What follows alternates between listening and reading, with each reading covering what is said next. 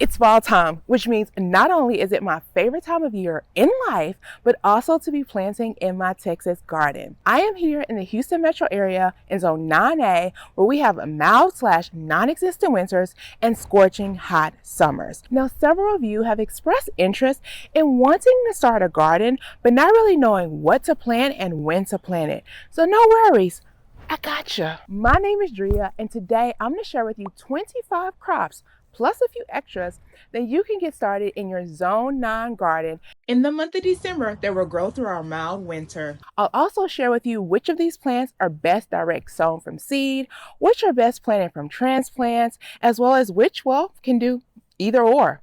I'll also share some growing tips along the way, share some things like common pests, disease, as well as tips on how to treat. By the end of this video, not only will you know what to plant and when to plant it, your garden will be set up not only to survive, but thrive well through winter. Let's go. Some plants, like your root crops, for example, do best when direct sown. This is because they do not like their roots disturbed. And in fact, doing so can result in some undesirable results up to the plant.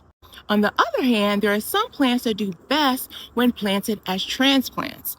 In most instances, these are plants that have longer days of maturity and need a head start indoors before transplanting outside.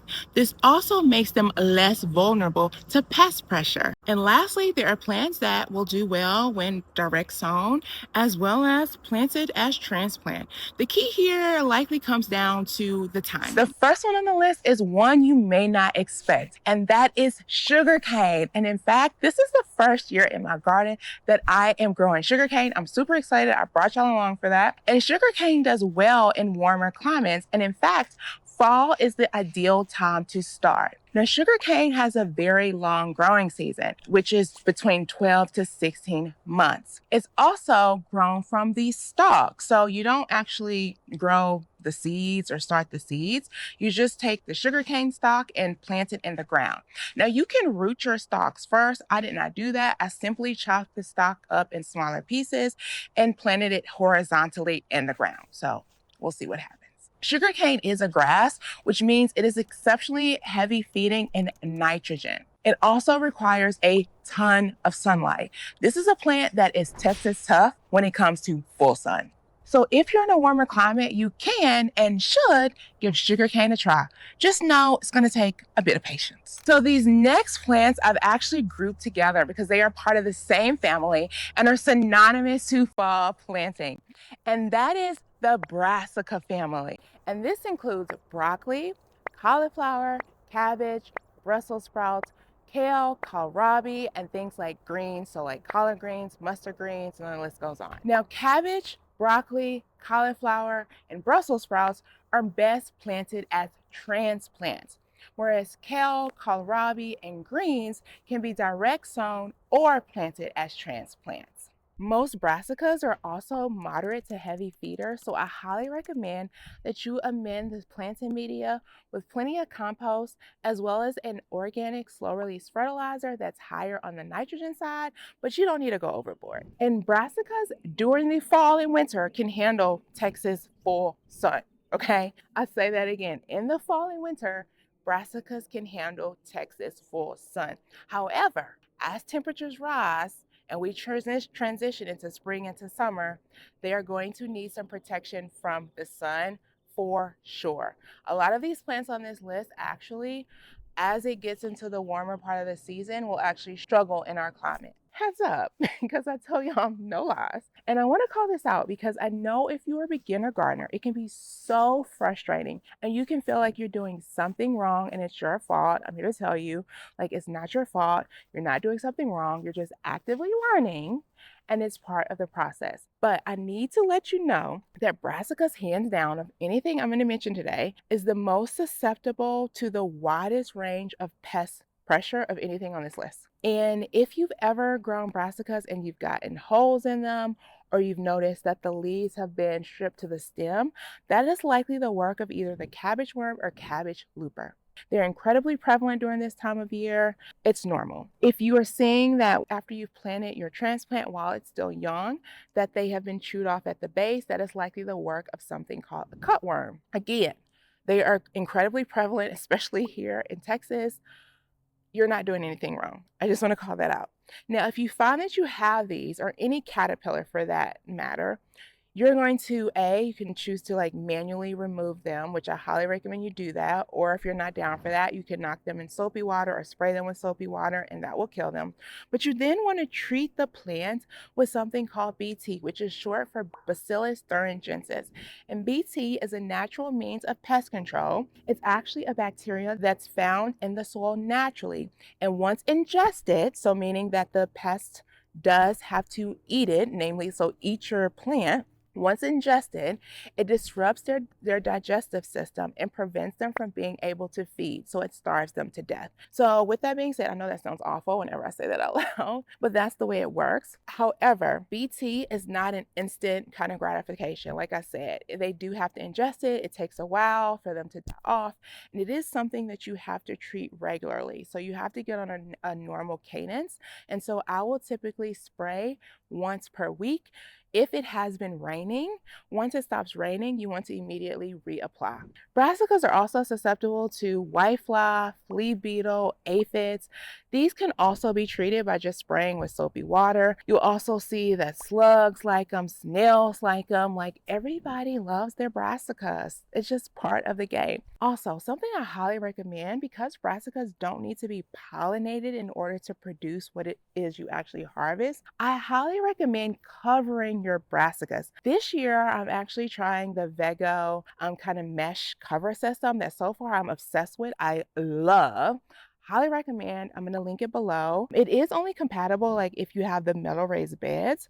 However, I in the past have just used row covers and covered it with ag fabric. You can even use shade cloth, and then use some clips to kind of affix it along the base of your raised bed, making sure to secure or close up any openings. Now, I do want to call out, this may seem like common sense, but you know I've learned common sense ain't always so common. If there are pests on your plants, before you cover them, you are essentially trapping them in. So that's why it's really important to treat before covering. Brassicas are also susceptible to a wide range of diseases. So it's really important to ensure when you're planting them that they have plenty of airflow, especially if you live in a humid climate like me. Next are artichokes, and artichokes are best planted as transplants. Artichokes are heavy feeders, and so they will do well with a planting media that has been well amended with compost, as well as an organic fertilizer that's a bit higher in nitrogen. Next are our alliums, and that's going to include garlic, leeks, and onions. Now, garlic, there are two main types, hardneck and softneck. The main difference between the two, and you think about their planting environment, is that hardneck garlic is going to require a longer cold period or vernalization in order to ensure that they bulb correctly. Whereas softneck garlic doesn't need the same extended period of cold. And so if you are in zone 9, you're likely going to be planting softneck garlic. Now, you can take a stab at planting hardneck garlic. You just are going to want to mimic the cold conditions by putting them in the refrigerator for 6 to 8 weeks before actually planting them outside. You can actually plant organic garlic that you get from the grocery store. Now, one caveat to that is that you don't know the variety, so you don't know if you're dealing with a hardneck variety versus a softneck variety. Sometimes you can kind of tell if it still has a little bit of the stem or the stalk on it. And if it's hard, obviously it's a hardneck. If it's soft, it's likely softneck, but it's not a foolproof way to tell, but no, that is an option. So there are 3 main types of bulbing onions. There's long day, intermediate day, and short day. Now, the biggest difference between the 3 is the amount of daylight required to trigger bulbing. The further north, the longer the day hours, and the further south, the shorter. So for example, shorter day varieties are going to need 10 to 12 hours of daylight, whereas intermediate require 12 to 14, and long day requires 14 to 16 hours. If you were to plant a long day variety here in the South in a short day region, you're likely just going to get spring onions or very, very itty bitty bulbs. The next are our root crops. And if you remember from my combo earlier, these are all going to be what? Direct sown. And these are going to include our carrots, parsnips, radishes, beets, and turnips. Now, these crops are light to moderate feeders, which means you don't really need to do much. Typically, I'll just start them off in a well-amended soil with some compost, and I'll throw in a little bit of a well-balanced organic fertilizer, and they are good to go. Of all the root crops, my favorite are carrots. I love carrots, and they actually get sweeter as the temperature cools and they get hit with frost. The same goes for a lot of other crops on this list, by the way. So frost is good for a lot of the cooler season crops. Our next grouping of plants are our leafy greens, and this includes lettuce, spinach, arugula, and chard. What I really love about lettuce, spinach, and arugula is that they are great filler crops. So if you've ever struggled to figure out what to grow with what, these grow well with most things. In fact, lettuce is actually known as like the BFF of crops because they are pretty much friends with everything. So when in doubt, throw down some lettuce seeds. Lettuce, arugula, and chard can be direct sown or planted as a transplant. I personally prefer to direct sow my lettuce and arugula because I typically densely plant the seeds together. However, I've had success doing it both ways. Chard, I feel like there's literally no preference because it has done phenomenally whether I have direct sown or planted as a transplant. Spinach, however, is best direct sown. I've not had the best luck with transplanting spinach. That's because spinach does not like its roots disturbed, so direct sow. Common pest for leafy greens is very similar to that of brassicas, surprisingly. However, I found that the pests prefer the brassicas over the lettuce, so I've never really had an infestation of pests like I have had on brassicas, but things like flea beetles, aphids, thrips, cabbage loopers, and cabbage worms and cutworms are all fans of lettuce. I feel like the number one pest for me with my lettuce is typically snails and slugs. However, chard, I do want to call out, even though this is a fall garden video, chard is my all seasons crop.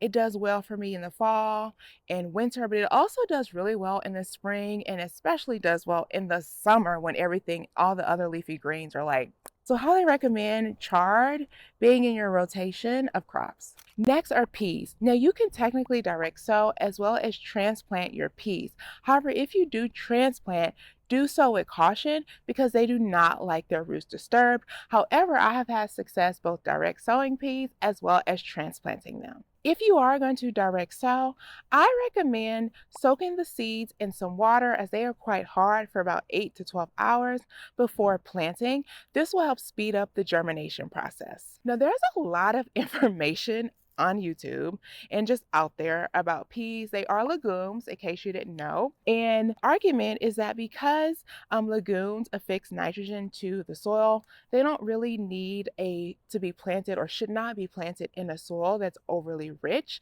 because then it'll just grow all greens and not put on the actual pods. And I have found when I have planted my legumes in crappy soil, I have gotten crappy legumes and as a result have had to fertilize them throughout the season. So in order to prevent that and to learn the lesson from my actual experience, I typically plant my peas and all of my legumes in the same type of planting media I would with most of my plants. That is a well-amended planting media that's amended with compost and a well-balanced organic fertilizer. Next are our cool season herbs. I love me some herbs, and some of my favorites include cilantro, parsley, dill, thyme, and sage. I've had great success both direct sowing and transplanting each of these crops. Herbs are not heavy feeders, and so I typically just amend the planting media with a bit of compost, and that is it. I don't even add any fertilizer. Herbs are great for interplanting with other crops because a lot of times they can serve as aromatic and potentially deter certain pests. However, it's definitely not foolproof. The next bonus are probably some of the most important things you can plant in your garden, and those are native plants. During fall and winter, food becomes incredibly scarce for native wildlife that can be at risk for starvation. Additionally, native plants serve as a natural habitat. Another benefit of creating a habitat for pollinators during fall and winter is that in spring and summer, they'll already be in your garden when you need them to pollinate your crops. This is a list of general plants that typically have species that are native to most areas within the United States. Just do a quick Google search to see the particular species that are native to your area. Additionally, this is a list of some of the Texas native plants I've planted in my garden this season. So I hope you found this helpful and this provided you with a little guidance and direction on where to start when it comes to starting your fall garden in Zone 9. I recently started a TikTok and Instagram. I'll link them below. I have literally like no followers. So if you all could give me a follow, I'll leave a link below. My handles are all the same. They're Catalina Clay across both Instagram and TikTok. But until next time, don't forget to like, subscribe, and hit that bell. And remember, every black thumb ripens to green, and it all just starts with a seed.